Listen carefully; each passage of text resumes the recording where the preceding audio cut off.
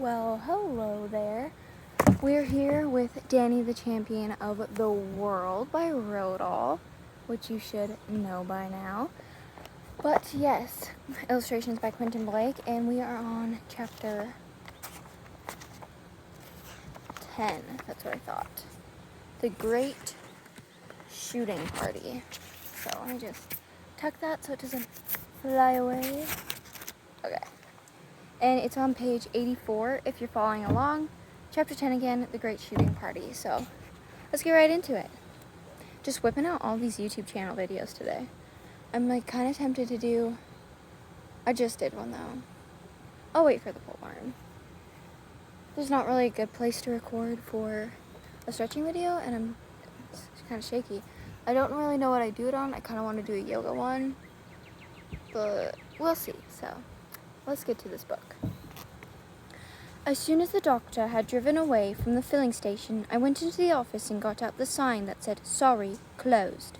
I hung it up on one of the pumps. Then I headed straight for the caravan. I was too tired to undress. I didn't even take off my dirty old sneakers. I just flopped down on the bunk and went to sleep. The time was 5 minutes past 8 in the morning. More than 10 hours later, at 6:30 in the evening, I was woken up by the ambulance men bringing my father back from the hospital. They carried him into the caravan and laid him on the lower bunk. "Hello, Dad," I said. "Hello, Danny. How are you feeling?" "A bit woozy," he said, and he dozed off almost immediately. As the ambulance men drove away, Dr. Spencer arrived and went into the caravan to look at the patient. "He'll sleep until morning," he said. "Then he'll wake up feeling fine." I followed the doctor out to his car.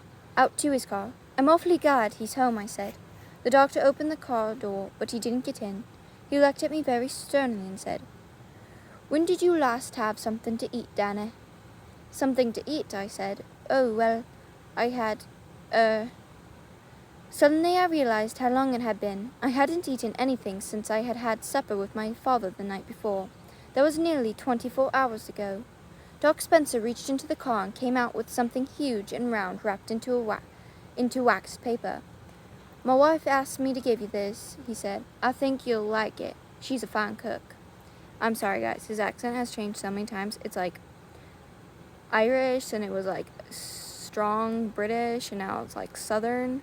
That's just how he is. Maybe he grew up in a bunch of different places. He pushed the package toward me, then he jumped into the car and drove quickly away. I do want to get better at Irish accent, though. That is something I want to get better at.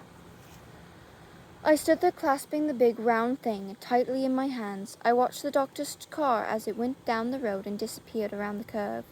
And after it had gone, I still stood there watching the empty road. After a while, I turned and walked back up the steps into the caravan with my precious parcel. I placed it in the center of the table, but I didn't unwrap it. My father lay on the bunk in a deep sleep. He was wearing hospital pajamas. They had brown and blue stripes. I went over and gently pulled back the blanket to see what they had done to him. Hard white plaster covered the lower part of his leg and the whole of his foot except for the toes. There was a funny little iron thing sticking out behind his foot, presumably for him to walk on. I covered him up again and returned to the table. Very carefully, I now began to unwrap the waxed paper from around the doctor's present. And when I had finished, I saw before me the most enormous and beautiful pie in the world. It was covered all over, top, sides, and bottom, with rich golden pastry. I took a knife from beside the sink and cut out a wedge.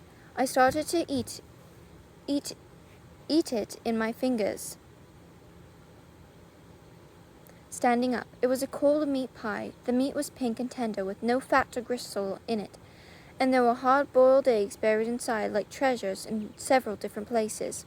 The taste was absolutely fabulous. When I had finished the first slice, I cut another and ate that too. God bless Dr. Spencer, I thought, and God bless Mrs. Spencer as well. Here's him eating it. The way he described it, it kind of sounds like, not tamales.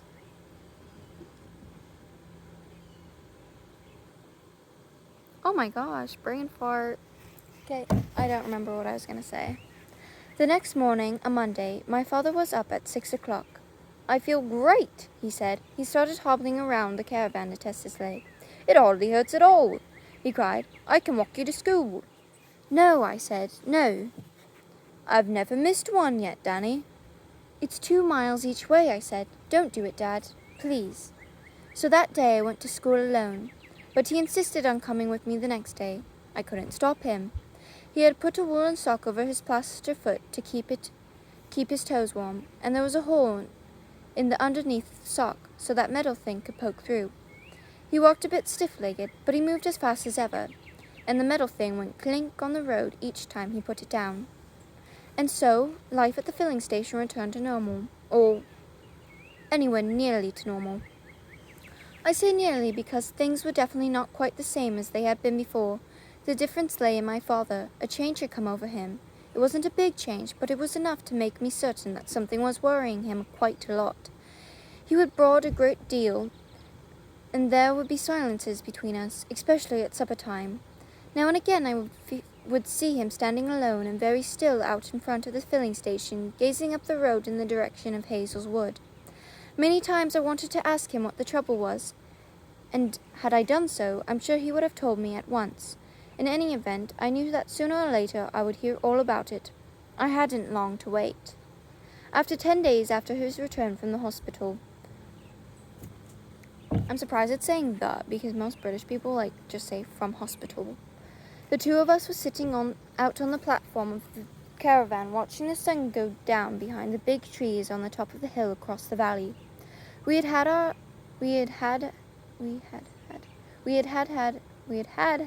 our supper, but it wasn't my bedtime yet. The September evening was warm and beautiful and very still. You know what makes me so hoppin' mad, he said to me all of a sudden. I get up in the mornings feeling pretty good.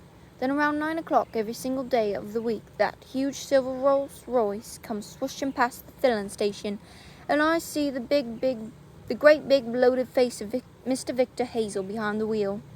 I always see it. I can't help it. And as he passes by, he always turns his head in my direction and looks at me. But it's the way he looks at me that is so infuriating. There is a sneer under his nose and a smug little smirk around his mouth, and although I could see him for 3 seconds, it makes me madder than mackerel. What's more, I stayed mad for the rest of the day. I don't blame you, I said. A silence fell between us. I waited to see what was coming next. I'll tell you something interesting, he said at last. The shooting season for pheasant starts on Saturday. Do you know what? Did you know that? No, Dad, I didn't. It always starts on the 1st of October, he says, and every year Mr. Hazel celebrates the occasion by giving a grand opening day shooting party. I wondered what this had to do with my father being madder than a mackerel, but I knew for certain there would be a connection somewhere. It's a very famous event, Danny, that shooting party of Mr. Hazel's. Do lots of people come, I asked. Hundreds, he said. They come from miles around, dukes and lords, barons and baronets, wealthy businessmen and all fancy folk in the country. They come with their guns and their dogs and their wives, and all day long the noise of shooting rolls across the valley. But they don't come because they like Mr. Hazel. They all despise him. They think he's a nasty piece of work. Here's them looking.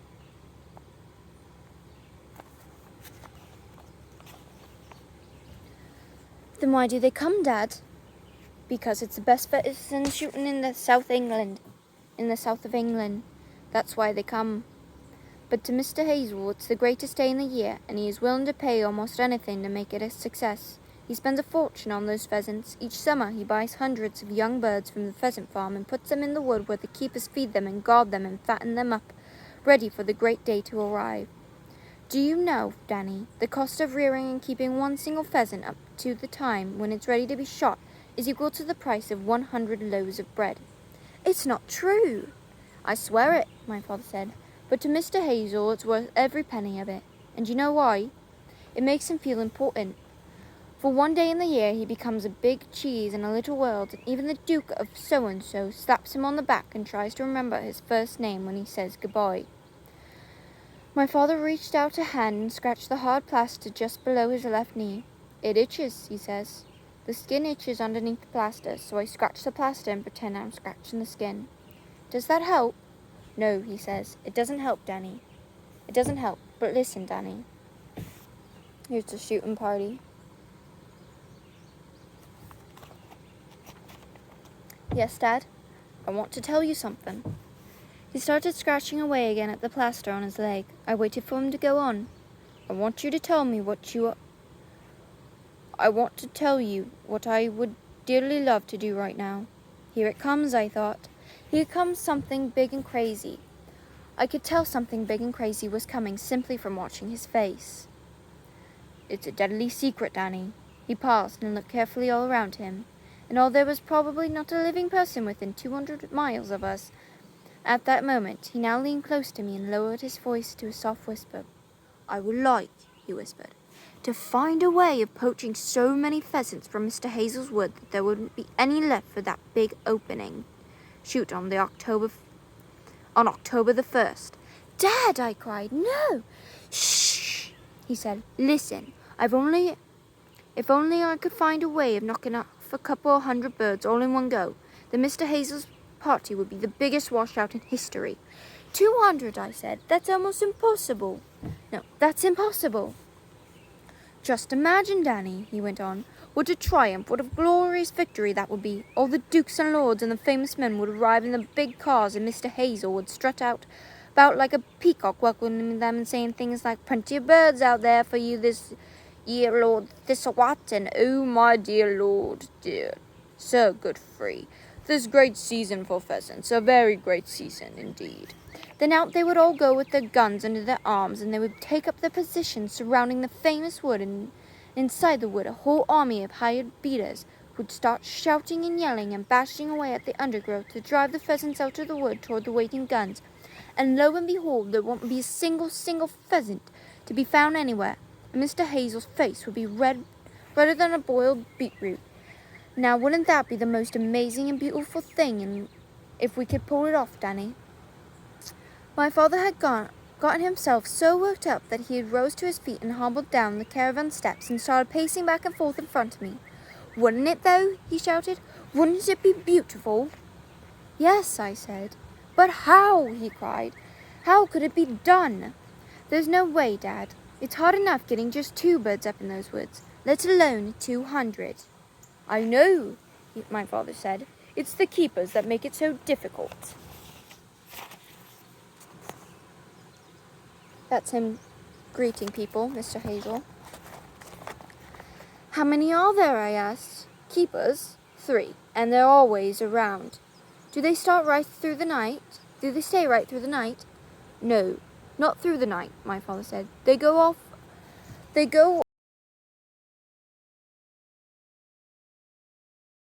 but nobody's discovered a way of poaching a roosting pheasant. Not even my own dad, who was the greatest expert in the world. It's about your bedtime, he added. Off you go. I'll come in and tell you a story. That's the end of chapter 10. There's the pheasant roosting in the top. Thank you for listening. We'll meet again for chapter 11, The Sleeping Beauty, starting on page 94, exactly the same page we left off. Again, this is Danny, the Champion of the World by Roald, illustrations by Quentin Blake. Thank you for joining me, and if you think anyone else or know anyone else who would like this channel, please tell them, and I'll see you guys for the next chapter. Bye!